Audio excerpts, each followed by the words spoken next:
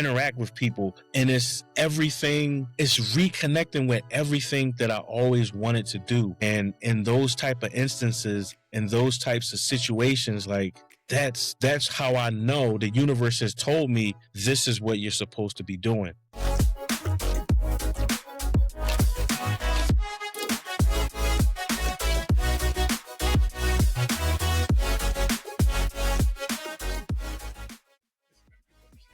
Hello and welcome back to another episode of Everyday Conversations, and I'm your host, Amin Mombani. If you haven't subscribed yet, go do that. New episodes drops every Sunday and Wednesday. So it's twice a week, you're getting new episodes. Today's guest is a writer and documentary producer whose work centers on mental health. An ISA Top 25 screenwriter to watch. A Disability Belongs Entertainment Lab Fellow. And the creator behind a docu-series exploring life in America's neighborhoods. He will tell you he picked up a camera instead of a therapist number and turned that into a career. Let's welcome him. Cole, welcome to Everyday Conversations. Thank you for having me. I'm glad to be here. How are you doing today? How is the weather treating you? I'm doing good, and considering my location, the weather is actually treating me pretty good. It's a little hot and humid, but other than that, no complaints. And it's a Sunday morning for you. How is your day? Yeah. My day is good. It's slowly ramping up. My son has a little cold, so he's got everybody in the house feeling under the weather. But you know, the day it's actually a really good day. I had my coffee, so I'm good. That's pretty good. And it's like if the children are under the weather, so they take whole house under the weather. Yep. Everybody goes down, and it seems like the adults get it the worst once it hits us. It was vice versa. It was vice versa before, but now it's like changed. Yep. So Cole, you have said me that you have got into the screenwriting almost by an accident. Trained as a director, but too scared to call yourself one at first. What was the fear behind that? You know what? It's so interesting you asked me that. I was just having this conversation on Friday when I was trying to get my writing prompts together. But it was when I got to graduate school and I was in that day when I was in that orientation. It was number one. I went in there. I had graduated. I was about maybe 3 years ahead of my peers, my classmates, and you know, I'm listening to them talk about the screen festivals that they were in, the film festivals that they were in. I'm listening to them talk about the awards that they won, and I was just a college prep counselor with a camera. You know, I hadn't heard of any of these festivals. I hadn't heard of any of these contests, and so I second guessed myself because I felt like maybe I shouldn't be here because I'm not on this level, and so. And it's something that I regret to this day, but it just, I didn't have the confidence to say, hey, I'm here for documentary production, even though it's something that I wanted so badly. And it was ingrained in me. And if you would have known me, you know, in 2003, 2004, you would have always seen me with a camera or talking about a camera, or you know, I would just always have a camera on me and always be talking about some type of documentary project. And so, I'll say this, and I don't want to ramble too on, even though this is a podcast. It's good to talk. It's that second guessing is something that it's almost like it circles back in my career trajectory as I advance, that you get presented with this opportunity where you have to claim who you are and own who you are. And if you don't, it's almost like you're going to set yourself back.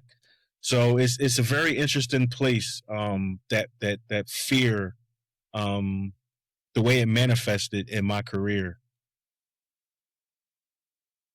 You said manifested your career. How does that manifestation work for you? It shows up.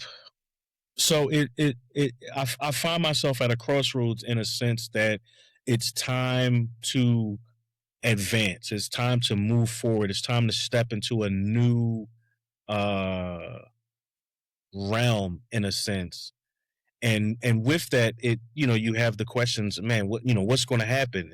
Am I going to be able to take care of myself? All of these uncertainties, and the way it manifests is through things that can go wrong.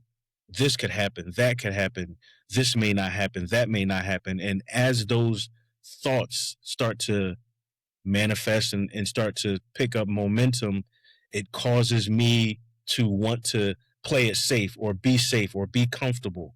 And that often means going in a direction that I'm familiar with, or going in a direction that I know I can do. Really, it just means it's almost like telling the universe, okay, I'm not ready to advance yet, so I'm just going to sit here because it's comfortable. And wow, even as I say this, I'm seeing myself like, yeah, you've been sitting in this position for quite some time until recently, and so yeah, that's how it manifests. It shows up as this negative self talk and these constant fears that just bombard me to prevent me from advancing. And ironically enough, uh, the only way I've been able to push past that fear is if I'm angry. So it's very weird, the emotions that I use when addressing my fear, because when I talk about this in one of the essays I wrote a while ago. When I used to play football, my coaches, when I didn't understand the defensive schemes, my coaches would make me angry. They would come down on me, they would pressure me, and it would make me angry. And once I got angry, I pushed out all of the noise and all of the doubt, and just and locked in, and was able to achieve a lot, on the football field.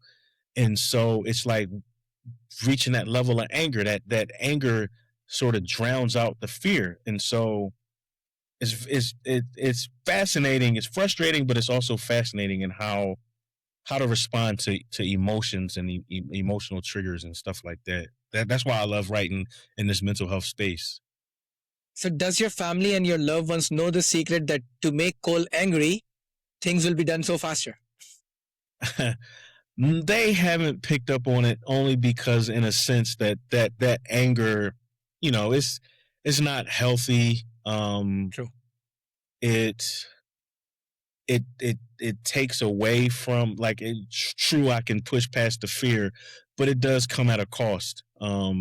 Oftentimes it's extreme irritability. I kind of just shut down socially and get so locked into the task. So it I think I would say, like, my brother and my mom are aware. Oh yeah, when he plays angry, he's about business. Oh, he's angry. Oh, okay, yeah, he's locked in. So they know. I would say, so to answer your question, yeah, they know, but they also know that it's not a healthy place to be. Um, and my mom is always encouraging me to, like anytime I'm like, mom, I'm working on this project, or I'm about to shoot. I have a video shoot, a documentary interview. She's like, all right, just relax, be easy. You got this. So she knows. So, how do you rate being hot headed? Is good or bad for work? I would say it has its place.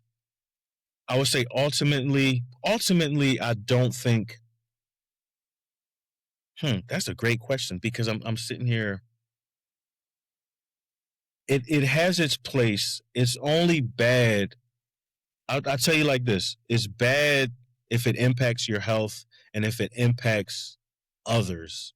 So if you change the energy, to and you know what? No, it's not good. It's not good. Anger is I think anger is meant to just get us out of there. Like, to either we're defending ourselves or get us out of there. So for me to have to use anger as an anxious response,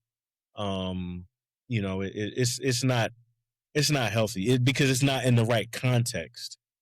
If I'm if I'm in a pitch meeting, and this has actually happened, if I'm in a pitch meeting, I remember years ago, the very first pitch I ever in, very first network pitch was with HBO. And I remember the development executive, he was grilling me, he was asking me questions, and then it just started to sound like I feel like I'm in a what's the word? Oh, what is that word? A deposition. Like I'm just being grilled, and it triggered me, and I got angry. And what happens when I get angry? I push out the fear. Great, I'm confident. I push out the anxiety, but also I lose an ability to listen and comprehend and understand what the person is saying because I'm angry and everything is defense, defense, defense. And so it was a great learning opportunity. It's a memory that I carry with me to this day. But that anger is so powerful that being in that pitch meeting, I totally tuned out his questions because all I was the most important thing at the time was just I got to defend myself, and it was just like he took me out of the pitch. So it's yeah. Cole, you grew up between a strict Muslim father and a stern Mhm. Christian mother, constantly within earshot of religious commentary. What did that upbringing actually feel like day to day? Oh man, it was. You know what? It went through stages because so growing up in Africa, um, the early years, my father, we went to the mosque. We went through, he taught us the prayers and, learning the prayers and learning the Quran. But once my dad took, once my dad started traveling for work, that became less and less. So it had less and less of an influence. So then when I got older, so the pivotal point for me is when I got older, we were in North Carolina at a family reunion, and my dad and I were like getting my dad is very regimented, so we were getting the beds ready for like to go to sleep. We were in the hotel room, so we were unmaking the beds, and he started talking to me about religion. And he said, "Don't make the mistake." And let me preface this by saying I don't blame my dad or anything like that, but he said, "Don't make the mistake of becoming a Christian." And it always stuck out at me like, if Christianity is a mistake, then why did you marry my mom? Why did y'all have me? It's almost like, did you willfully go into a mistaken situation, or did you think you can maybe convert my mom? I don't know. So I was like 12 or 13 at the time. I wasn't about talking back or like going on these deep conversations with my dad. And then on my mom's side, her approach was completely different. She said, at the right time in your life, you're going to get a calling. You have to answer that call. I can't say it's going to be Jesus. I can't say it's going to be through Islam. And there was no pressure. She wasn't making a judgment against a religion. And so, and going to church, once we moved back to the States, one of the things we did do was Sunday school. And when I think about it as an adult, now that I'm a parent, it was really, oh, we can put him in Sunday school. That means I get 2 or 3 hours to myself as a parent without my kid. So it was like, yeah, granted, we were going to Sunday school, which was something positive, something healthy, but my mom was able to get that time alone to just unpack and just relax without my brother and I. And so I think I was about 14 or 15 when I chose Christianity. But it didn't, like, even in choosing Christianity, it didn't change anything in my relationship with my dad. Like, he didn't like love me less, or he didn't condemn me, or it was nothing like that. So and I think a lot of it is because my dad traveled so much for work. And when we came back to the US, he stayed in Africa because he could earn more and had more access to government contracts to do the contracting work that he did. So it was really just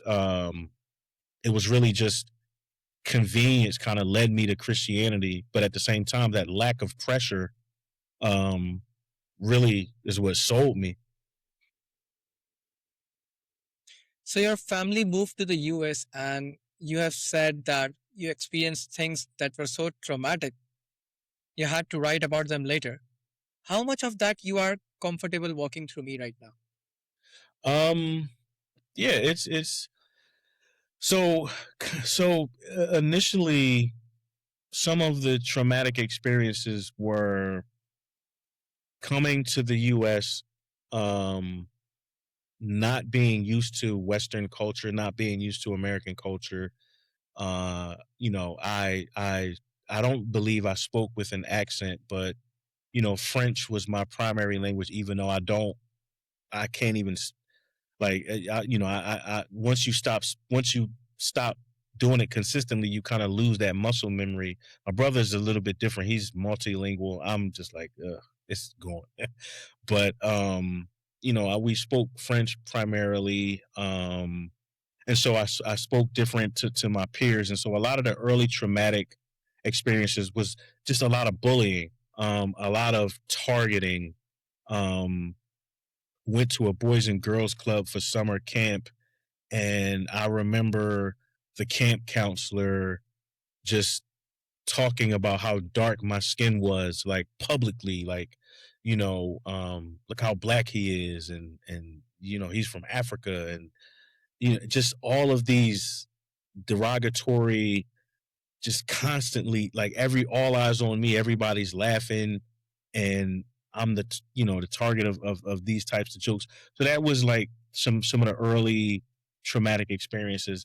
And then as I got a little bit older, um policing, seeing, I'll never forget, my aunt, this was the first time my aunt sent me to the store by myself. It was like my first, time to go to the store by myself and pick up stuff that she wanted me to get, which, by the way, none of what she asked me to, I got her order completely wrong.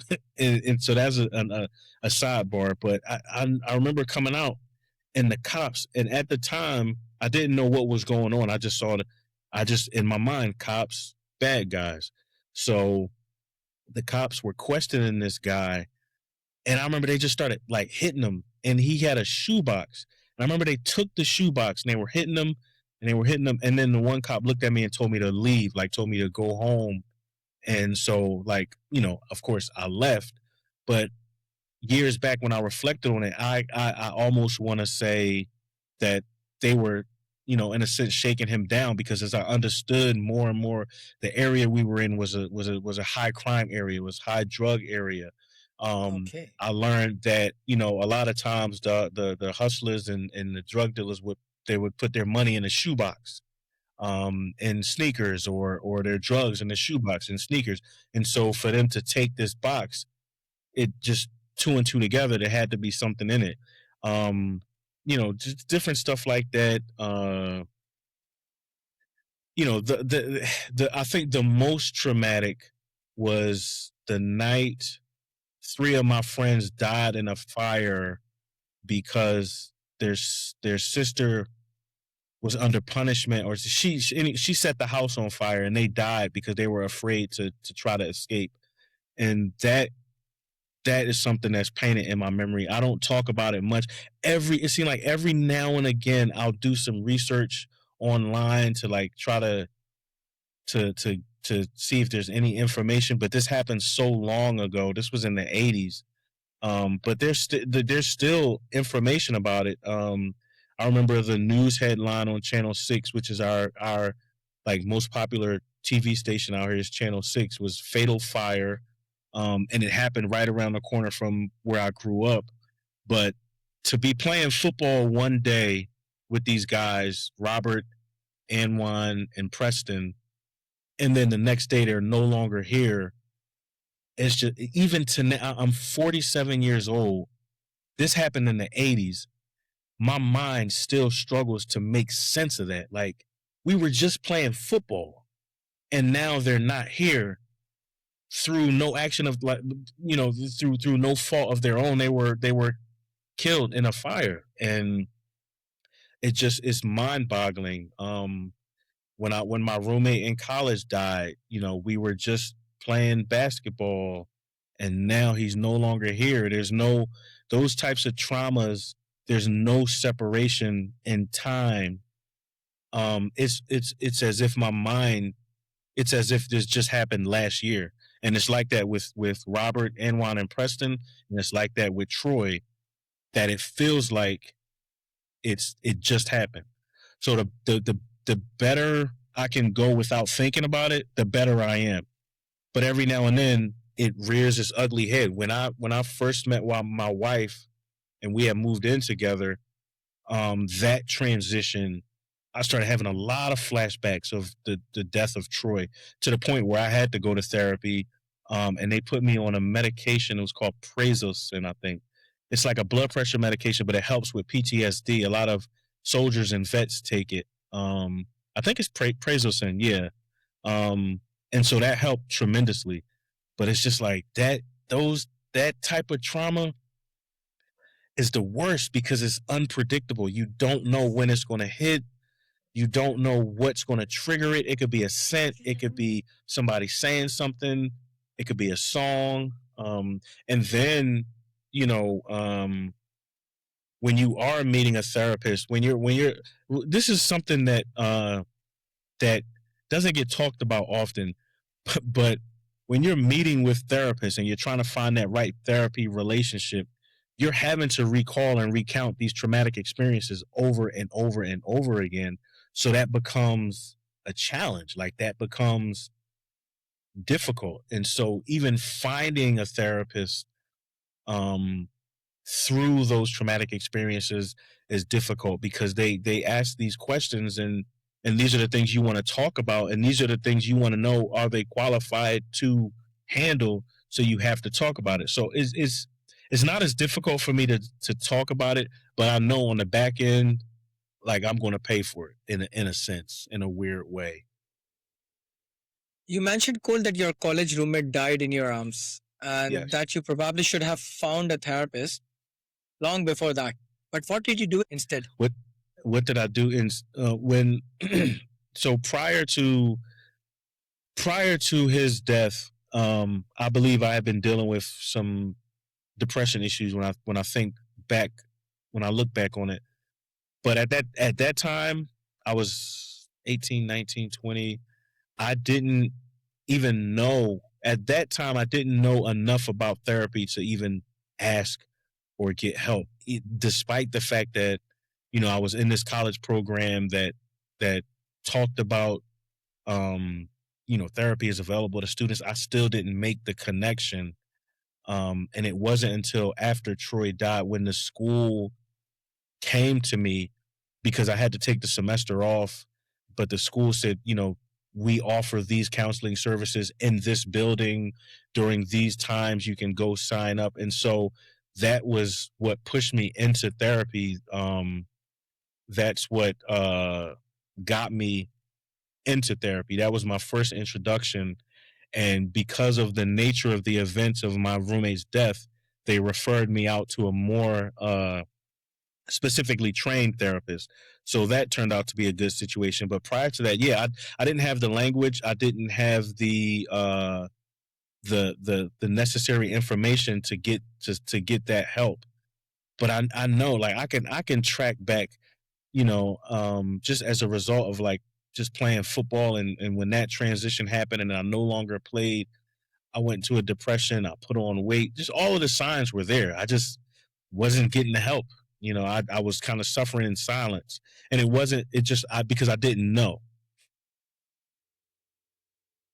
So you picked up the camera also instead of that? I picked up the camera because that the so and I love to talk about this.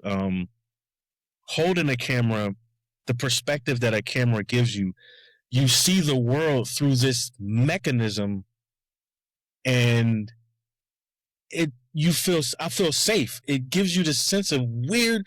I don't know if everybody else feels like this, but it gives you this weird sense of safety because not only am I seeing the world through a machine that can enhance the color, or that can push things out of focus, give me a nice depth of field, that can make it can make ugly things beautiful. The power in that, I said, wait a minute, I can do this, and it's accessible at all times. Like I don't have to wait until Thursday at 4 o'clock to sit down and see. Like I can pick up the camera at any time and just point it at something and just start creating or start recording or just. And so I remember I used to a friend of mine ran a Bible study, and I would record that.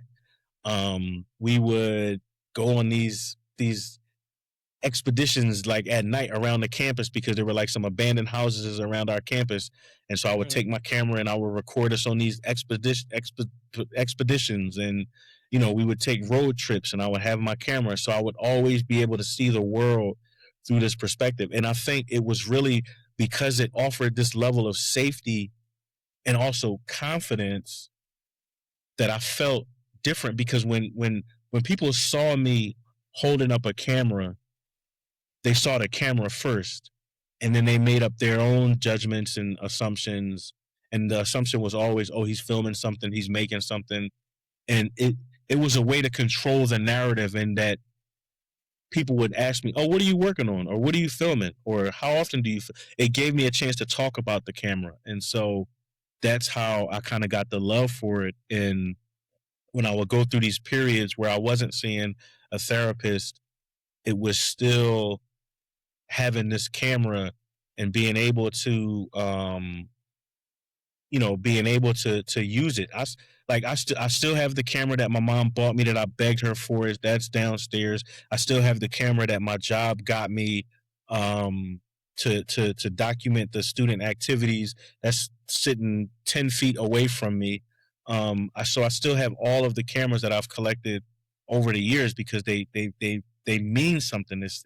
I've never, and it's interesting. I just realized this, but like I've never sold a camera. Like of any of the cameras I've owned, I've sold one when I got to grad school, only because when I got to graduate school and saw the sheer amount of equipment I had access to, I needed some cash. So I did. I sold one of my cameras. So I sold one camera, and that's, hey, not bad in over 20, 30 years of working and toiling with cameras. Having only sold one, that's not bad statistics. It's true, it's not bad. And even listening to your conversation, I was just thinking that I have a small amateur camera, which I'm using it for the podcast. And I was thinking, it's a good idea. I will also not sell my camera, because this is a camera I started the podcast with. Mm-hmm. So the camera you picked up instead, it didn't document things only. It became your whole path. Yeah. Yeah, that's pretty good, actually. So your boss was the one who pushed you toward documentary filmmaking, isn't it? Yep. So what did he see? What did he see that you didn't saw yet? So what I would do is I would film.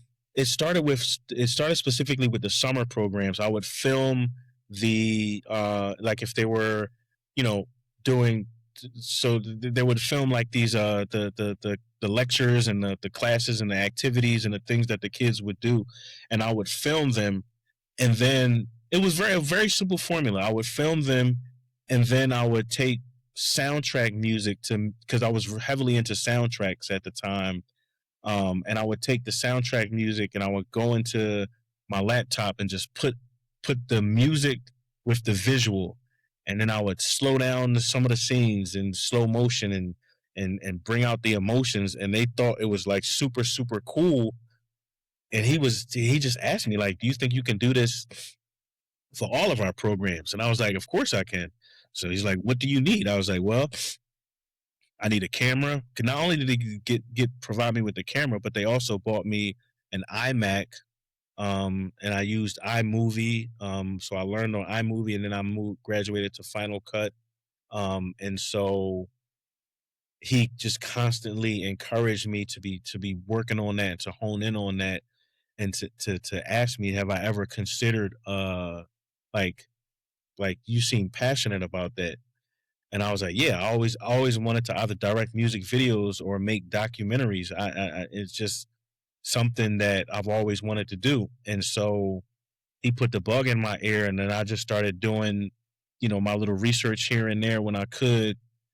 I'm working as a college prep counselor, so I have access to all of these schools and looking at their curriculums and what type of degrees they offer. And I came across Emerson College in Boston, and I was extremely impressed with what they had to offer. And I applied and got accepted, and the rest was, and it led me on another journey. But it's just like I feel like I'm not going to say I turned my back on documentary film, but that second guessing, going into writing, everything happens for a reason. But I it's just like it's one of those things that I just hang a little bit of regret on. Like, man, where would my documentary career be had I stuck with it? Because I spent so much time out of it, and then once I got back in it, I had to relearn everything. They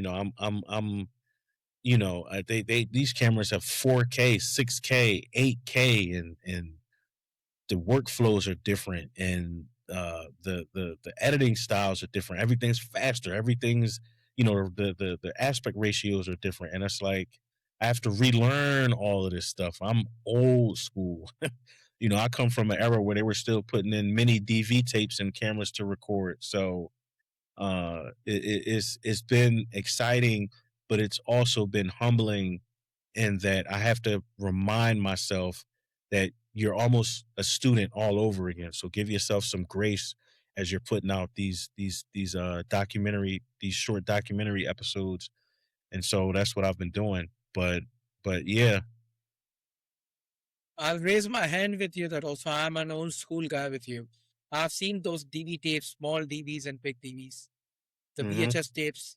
Yep. So I'll go back from Emerson College to an ISA top 25 screenwriter to watch a Disability Belongs Entertainment Lab Fellowship, pitching studios. Which of these milestones actually felt real when it all happened versus just another line on a resume? No, so I'll tell you, and I don't know if I mentioned it, but I won in 2022. I won the Creative Screenwriting Magazine's TV pilot competition, Wow. and it was around the time my wife was pregnant with my son, and it was I had I had submitted a script, and I didn't give it a lot of thought. I really, again, I didn't. I was just like, let me just enter this, and then I saw quarterfinalist, it advanced. Semifinalist, it advanced. Finalist, it advanced. And then one day I was logging into work, and I was like, let me just check to see if they announced the winner. And when I saw my name as grand prize winner, I remember I threw my hands up, and I was just like, oh my God, I couldn't believe it. It it it was such an amazing feeling in my journey. And I had done like by 2022, I was still, trying to fully establish myself. But by 2022, I had written a pilot that was produced. Um, I had accomplished other things, but it was just something about that screenplay contest that just thrilled me, and it was just exciting to see. Um, but and then the Disability Belongs Fellowship, even that was exciting because that was a sort of an opportunity to say, wow, like I'm with a cohort of individuals who face disability challenges and are overcoming them and are working through them and are forging careers in the entertainment industry. And I mean, man, you talk some of these, like it's some amazing talented artists that were in this group. I'm thinking of one gentleman now who's just like an incredible writer, and like I follow him on social media, and I see like his accomplishments and his networking and his passion for screenwriting is just like, yo, I was really in the presence of some amazing people. And it made me say to myself, like, yeah, that's because you've worked hard to accomplish a lot of these things. So, it was the screenplay contest, it was the fellowship, and then being named the top 25 screenwriter to watch. That was 2024. That was humbling, because it was just like, yeah, that's pretty cool. A top 25 screenwriter to watch. I had mainly written a lot of original TV pilots. I did write some feature scripts, but my passion was really in original television, which, whew, had I known the direction it was going within the entertainment industry, it just imploded. And it's just, exceedingly difficult. It just it it was the way the television industry is shaping now, and the this new identity that is taken on. It has made me question, like, did I make the right decision? Did I it, should I've it made me wish I would have claimed documentary producer much sooner. Um because things have changed so much. It's become so much more competitive and so much more difficult. So I've wrestled with it a lot more within the past couple of years. Uh and it's been interesting. Tell me about Where I Am From with Brent Johnstone. Oh What pulled yeah. you back to this documentary after 20 years away from it? I in 2016, I gave it a shot as a podcast. Like, it was just a regular audio podcast where I was going through neighborhoods and I was just interviewing people, just listening to their stories, and I was able to pitch it as a potential TV show. And so we worked on it to format it for TV, and it it came together. But then I wound up getting sick, and so in about 2018, I stopped doing the podcast. Even though the podcast was pretty popular, I wound up stopped doing the podcast. So then what happened is, fast forward to 2025, with all of the influx and the craziness in the TV industry, and trying to continue to establish myself in those challenges. Um, I got laid off from my job, and I'm in this position where it's just like a now or never position. Like, if you ever in your life wanted to know if this is what I'm supposed to be doing, now is the time to do it and see. And so I had all of the information, I had all of the formatting for a TV show. So I said, I'm going to turn it into a web series. And so we shot our first episode with Brent Johnstone, and it was so successful, and he actually liked the idea so much that he wanted to be a part of the team. So he joined the team, and then I noticed, as we were interviewing more people, he was taking on this really strong hosting role. And it was something that, because I wanted to focus on directing, I wanted to focus on making sure visually we were in a better place. I was able to take a step back. So I'm no longer hosting. It's now Brent Johnstone hosting.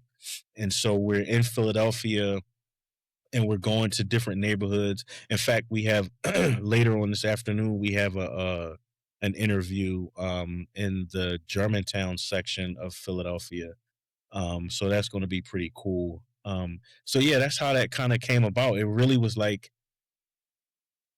working my corporate job, which was safe, which was, when that was taken away from me. It's something about, when your comfort is taken away from you, and you got to really make some decisions. It forced me to make the decision, and then once we did, we found success. We were fully monetized on YouTube, and we're growing. I would say, I'm not going to say we're struggling, because we're not necessarily struggling. Uh, but we're growing. Um, we're learning.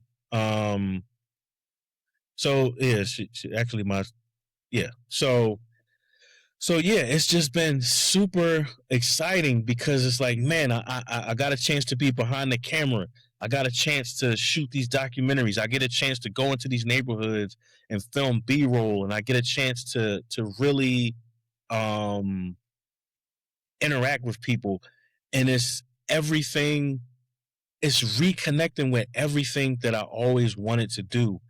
And in those type of instances, in those types of situations, like that's that's how I know the universe has told me this is what you're supposed to be doing, because you're I'm taking people down memory lane. When you look at the comments on our videos, people are like, "Oh, thanks for this. I haven't thought about my fifth grade teacher in so many years," or I haven't been, it's just so many thanks and so many accolades and so many measures of support from our viewers, that it's just like, man, I can't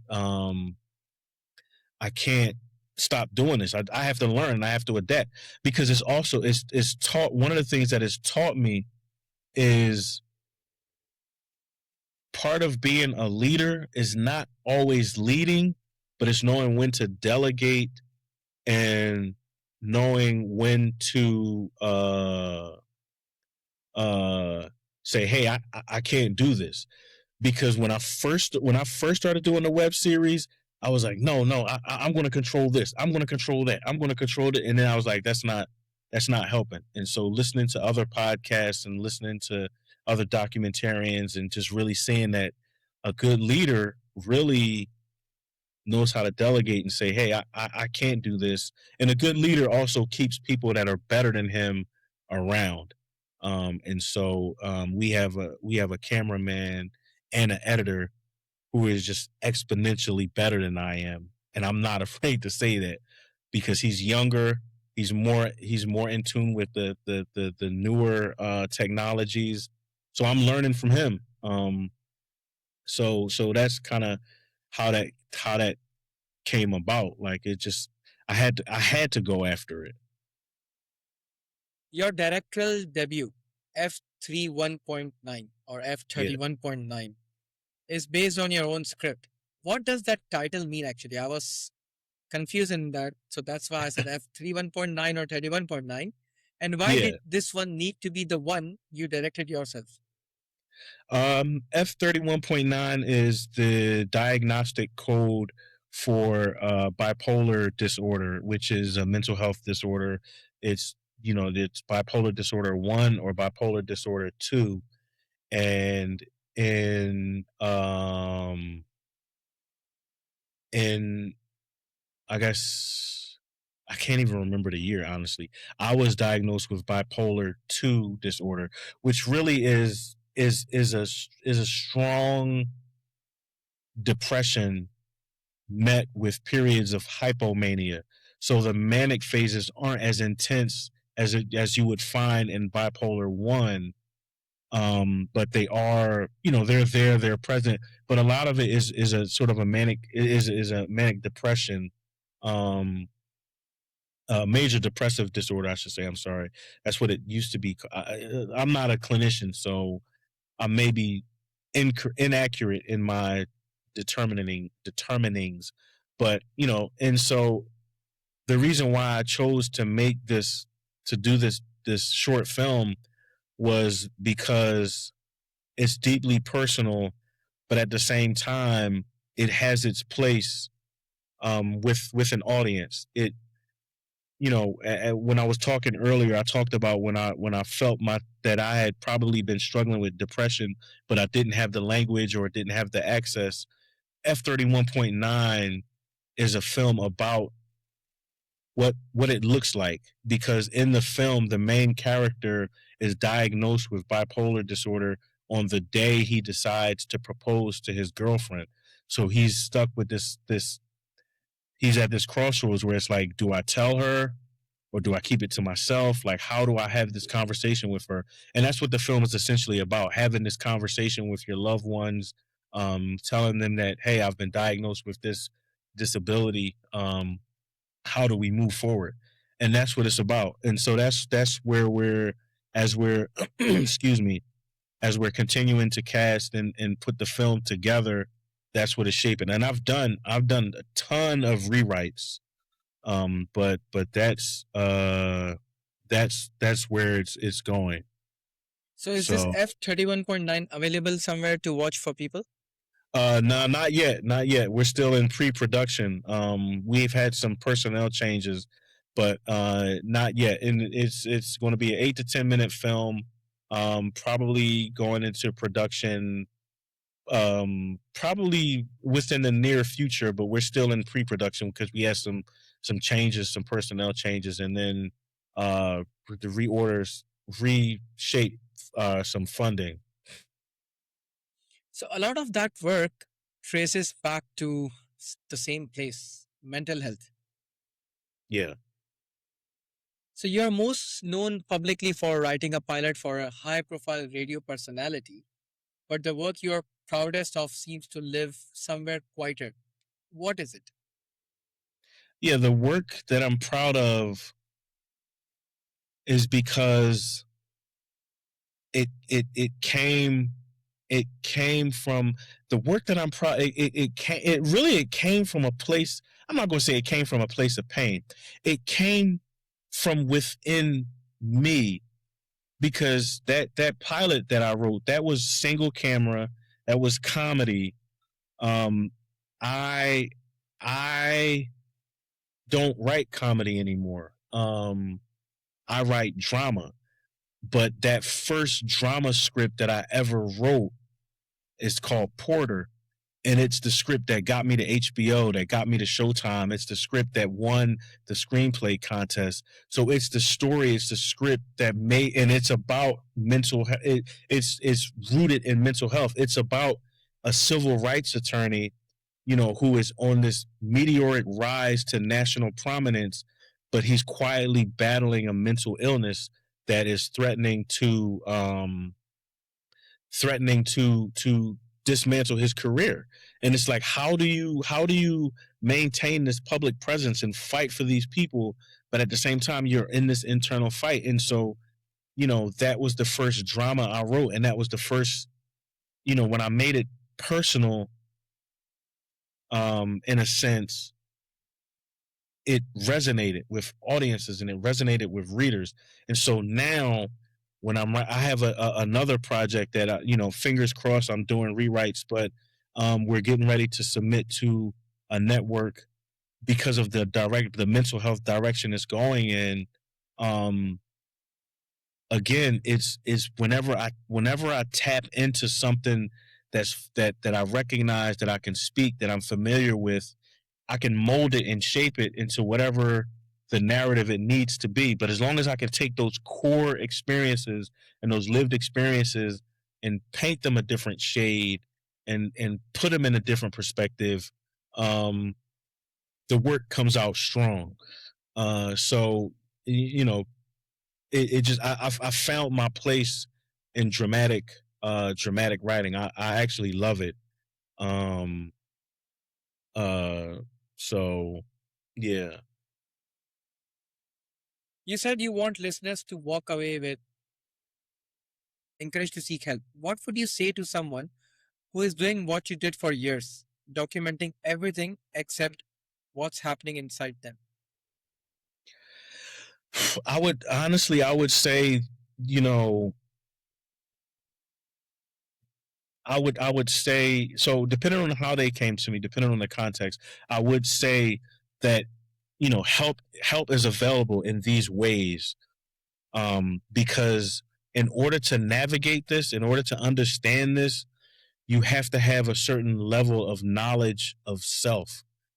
You have to understand how you respond emotionally to situations. You have to understand what your body and mind is telling you. I'll never forget the first time we were about to go into production on F31.9. I was so anxious that it was debilitating, and my body was trying to tell me, you're not ready. But because I've been in therapy for so long, and because I have that language and that understanding, like, that's the biggest thing I would tell somebody is like the advantages that you're going to get is a better understanding of yourself and who you are. And the better you understand yourself and who you are, the better you're able to navigate through life's treacherous situations and come back and come out of them intact in a sense. You know, you're able to go through the mud or the wilderness or hell or whatever you want to call it and come back recognizable to yourself because you know who you are. And therapy and mental health maintenance as well as physical health maintenance, those things go hand in hand, and you know, the help is there. It's tedious and it takes some time to find the right fit. But man, when I tell you it does have its rewards. What does flourishing despite our challenges actually look like for you right now? Um it really it looks like being able to do it looks like being able to do that thing that I was put here to do. So challenging, you know, like I said, television has become a lot more competitive. It's a lot more difficult to be to further establish and further cement your name. But I'm still able to pick up a camera. Like I don't need permission. I don't need a green light from anybody to pick up a camera and hit record and tell a story. I have access to YouTube, to Vimeo, to all of these platforms, TikTok, Instagram, Threads, all of these platforms to tell and share a story. So I don't need permission. So flourishing is being able to do these things despite those challenges and despite the possibility that it may not work because it actually may work. And I tell people all the time that like I'm always preaching to an audience of one.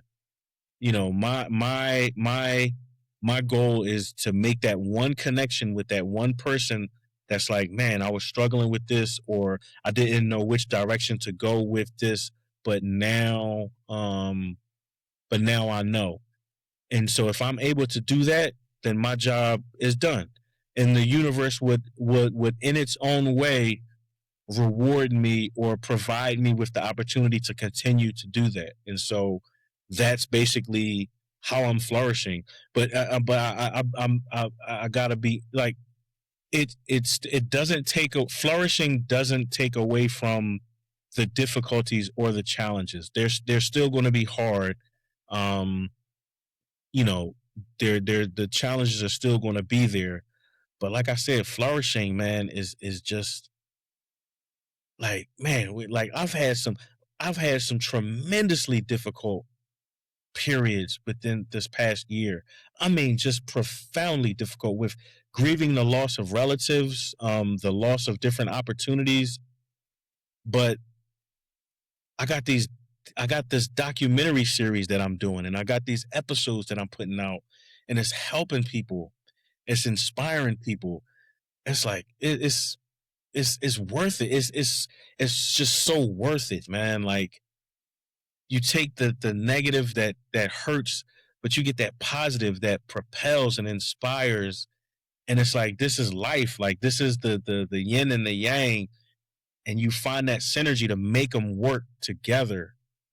Um, you know, it's just I absolutely love it, man. I'm so glad for it. Granted, It's yeah, do I true wish that I had we have to. $1 million? Yeah, It's true that we but have to look positive in everything actually to make it synergize. Back to the previous thing that you said. You're an old school person, same as me. We have seen the 80s, 90s, everything, which current generation doesn't know about it. Comparatively to that era, and if we do a comparison to modern era, mental health was not on that high. The discussion, the talks. Right now, on every discussion, every podcast, every channels, every family groups, mental health is discussed more and more. Why is that so? I think I think it's because the speed and the rhythm of life has picked up that you can see like there's this phrase that people use called crashing out. And I'm using this as an example. but like when somebody crashes out is when they usually have a breakdown of some sort, when they reach a limit. But that cycle is more evident now. Things just happen so fast. You have somebody who um people are putting their lives on social media. Influencers and content creators are putting their lives and their opinions and their thoughts on social media, and they're sharing. um I think that it creates this ecosystem where stuff is just happening so fast, and we're unable to keep up, or we're getting overwhelmed, or we're getting tripped up, or we're seeing this response to all of this technology, and it's happening within a mental it's having a mental and social impact on us, and we're seeing that, oh wow, um this is something that's serious. And then the COVID isolation revealed a tremendous amount. One of the things was like the diagnosis of ADHD, how that spiked in the US during the COVID period, and prescribing those medications. There actually became a national shortage of ADHD medication during that COVID period, and even years after COVID. um so it's it's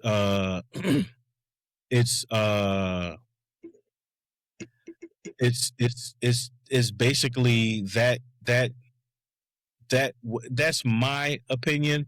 I don't have statistics to back that up, but I think the short answer is life sped up. Technology sped life up to a pace where we're just seeing we're seeing in real time the effects of the technology and the effects of the pace, and it's happening on a mental health scale. Like, we're not falling and breaking legs and arms like we did, playing baseball and football and sports, and having the championship game and playing little league. Now we're gaming, and we're sitting sedentary lifestyles, and we're playing these people, and people are having influences on us, and so the playing field is now the mind. And so I think that's kind of what happened.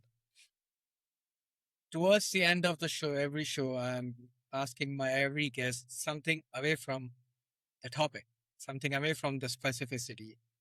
So you told us that you are terrible at basketball. Whew. I wanted to hear that laugh first before asking the question, actually. So, and basketball knowledge as well. So if someone forced you to coach a team for the game, what is your entire strategy? Basketball. My entire strategy is to, every time I don't care who you are, I don't care what position you play, every time you get the ball, shoot the damn thing. Just shoot the ball, shoot the ball, shoot the ball. Man, oh my God. And you will be just filming it from outside. Yep. A bonus thing for that. Yep. Just shoot the ball, because basketball. I never picked I never got into basketball, and it's sad now, because like our team, the Philadelphia 76ers, have picked up like some major players, but it's like, great. That's about as far as I can go. Whatever's on the news. Cole, where can people find your work and follow what's next coming with you? Oh, my website, which is my name, Coli Sylla, COLISYLLA.com, ColiSylla.com. You can reach out to me via email, stay up to date, and stay connected. Definitely, I'll put down that in the show notes. Your achievements, your documentary details, and everything I'll achieve. Everything I'll put on the show notes, how to reach you out. So Cole picked up a camera instead of picking up the phone, and spent years turning what he survived into what work might help. That's the whole show right there. Cole's links are in the show notes below. How to reach him, how to contact him. Cole, thank you for coming on and going there with me. And until next time, this has been Everyday Conversations. Goodbye, everyone. Thank you.